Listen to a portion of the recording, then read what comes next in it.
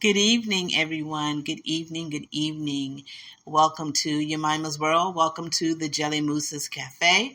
I am your hostess, Yemima, and it is good to be here with you this evening in the land of the living. As we always do, we get started with giving praise and honor and reverence to the divine energy, the divine creator, to the divine God and goddess. And we also give reverence to our ancestors. Also, of course, our ancestors whose shoulders we stand on. It's Sunday, and I got a chance this morning to go out to the beach at sunrise. Where I live, in the Hampton Roads area, they are commemorating the 1619 project as they have been doing since 2019 with the 400-year commemoration. They've been keeping that up even through COVID. And so this morning was the last of it. It's been going through all week from the 20th, I think, up until today. So all week they've been doing something. And this morning was the last of it. And we got to go out to the beach. And there weren't many of us. There was the group that had us out there was a comedic group of men and women who followed our ancestral Kemetic ways, and they performed water baptism for not complete immersion into water, but water baptism in the ocean for those who chose to do so. So it was very spiritual, and it was so gratifying this morning. So I've been giving honor and reverence to the ancestors pretty much all day today. And I have been feeling their presence around me all day. So it's been a good day. It has been a good day. I think the last time that I was on, the last time I did a episode was not last weekend. It's been 2 weeks. I think August the 13th was the last time that I did an episode. And the episode at that time was about my health and about Black women's health, and that I did mention that I was going through some health issues right now. And so this video or this podcast episode won't be long. I just wanted to kind of introduce some things. I'm going to be moving some of my content over to YouTube to maybe do some live videos there, or record some videos and then upload them to YouTube. But you'll be able to still find the content here. It just may not be the exact same content, but it may be that I'm speaking on the same topics. But last time I was on, again, it was August 13th, and it was that morning that I did an episode. And I had just come off a week of going to doctors and them trying to figure out what they are going to do with the hernia that they have found and the fibroids that they have found, and me understanding that I've actually had these things for a year, and my doctors just did not sit down and talk to me about what was going on in my body. So that night, that Sunday night, after I had done the episode, I ended up in the emergency room. I ended up in the ER. The fibroids had begun to bleed, and the pain was really horrible. It was not a heavy bleeding, but they were, and I needed to go to the ER. I was thinking that it was the hernia, but the hernia is not going to cause bleeding, but the fibroids certainly will. And I was in the emergency room for 10 hours, from about 5:30 that afternoon until about 3:30 that morning, Monday morning, I was in the ER. It took them 7 hours for them to even give me anything for the pain. They ran tests. They did another CT scan. All the things that they had already done before, they were doing again. And the doctor that I had was a Black woman, and I was grateful. And she actually told me, she explained everything from my other CT scans to me. She explained what fibroids were. She explained that they could grow bigger. She explained that they can cause bleeding, that they can cause pain. Everything that my doctor told me that they didn't do, she said, no, they can. So she explained those things to me. But again, it still took them 7 hours for them to give me any type of pain medication. And when they did bring me pain medication, they wanted to give me morphine. And I did not want morphine because I know that my mother was using morphine when she was in hospice. And I believe my sister they were giving her morphine when she was in hospice. And I'm thinking, no. So they gave me something else. And I came home and I took it. And I didn't like it. I didn't like the way it made me feel. And so I didn't continue to take that. 10 hours in the emergency room. And so I've made appointments with a new PCP and with a new OBGYN so that they can determine what's going to happen next. I went to the doctor the following week after I was in the ER to see the surgeon so that he could decide what he was going to do about the hernia. And so he's kind of waiting until I go to my OBGYN to see if they are going to do surgery to remove the fibroids or anything else. And so they can coordinate the two surgeries together so that they won't have to go in but once, which would be great. So I won't know until after September 13th.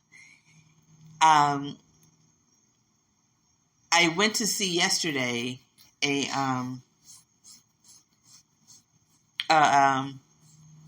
natural healer, a holistic healer, and she's in the 757 area, and she did a ionic, I think it is, foot detox.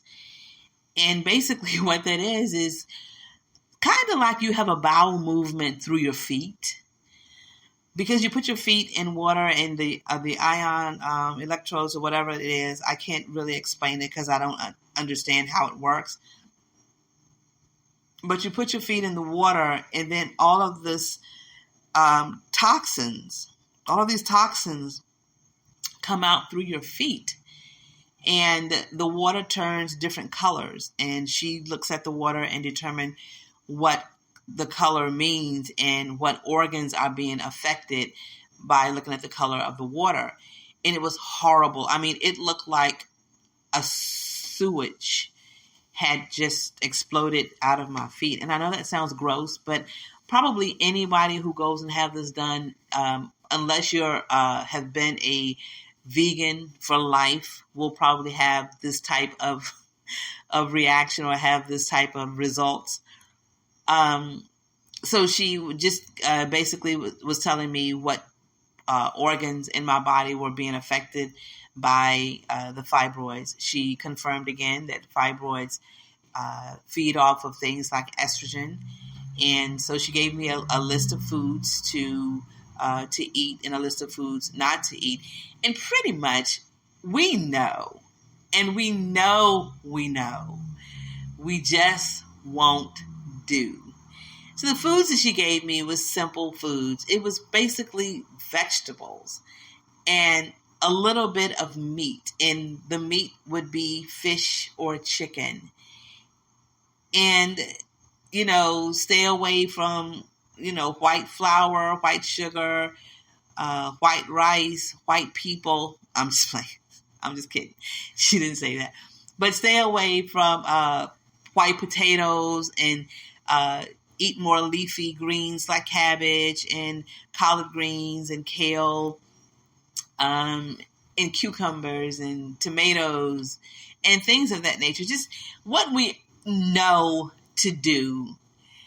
But when you sit there and you put your feet in that water and you see the toxins come out of your body through your feet and not your butt, Because when they come out your butt, and I'm going to be a little bit, transparent, maybe a little bit gross, but when they come out of your butt, you kind of expect it to look like that.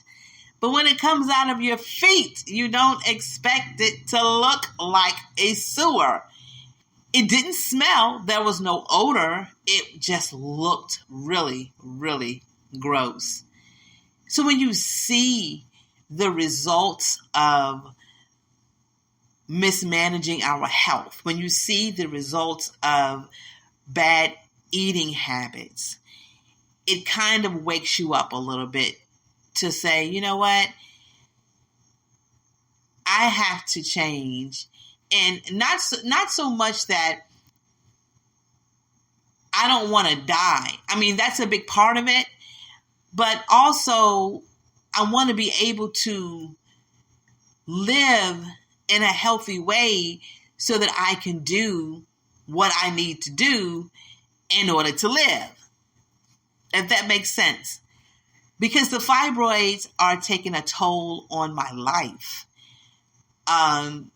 Sometimes I really feel so bad at work that I'm almost tempted to go home or apply for disability to stay home because I don't know when the pain is going to hit.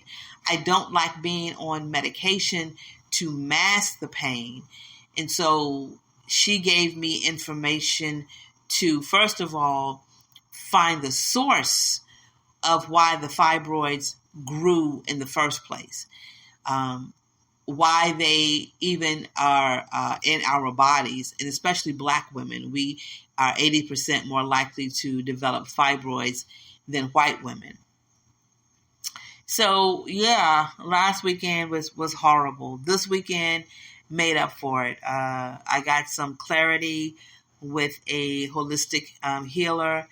I plan to go back to her for her to continue to do detox. I will go over more of what she told me and more information when I do my episode on YouTube. My YouTube channel is We Are Our Ancestors. Follow me on YouTube. You can find all of my episodes from Spotify there or from Spreaker there, but you'll also begin to get some other content that I'll be putting out as well. So yeah, that was my day. That was my weekend. Hasn't been too bad. The pain has subsided greatly. One thing I did start taking, which was crazy, I started taking medication that women take for their cycles. And because my body was responding as if I was still having a cycle. And so I just started taking medication and some of the symptoms disappeared. So grateful for that. What else did I do? I made some spiritual bags. Last weekend, I was at a author's conference because I did publish my first book back in February. And so I got a certificate of award for the book. And we had a small conference for first-time authors and for long-time authors that received an award at the Nat Turner Library, who house all of our books and help us to get the books out into libraries, Amazon, and bookstores.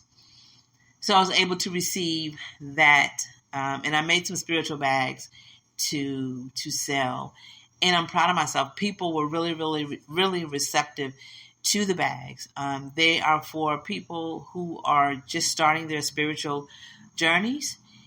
And so they're small bags, and the contents are fixed candles, which are fixed abundance candles, which I made with different abundance or prosperity herbs, crystals, affirmation cards, incense, cowrie shells, African jewelry, and I think that's it. But yeah, they were a big hit, and I was proud of myself. I also made some hair and skin oil from ginger, rosemary, and a carrier oil. So I made that. So my creative juices have been flowing quite a bit. So this was just something quick tonight. I just want to jump on just to kind of give an update if anybody's listening that, last week on the 13th, I ended up in the hospital. So when I do my videos on YouTube, I'm going to delve more into my journey with fibroids at my age, because all of the information that I'm seeing, all the information that I'm gathering about fibroids is geared toward women of childbearing years.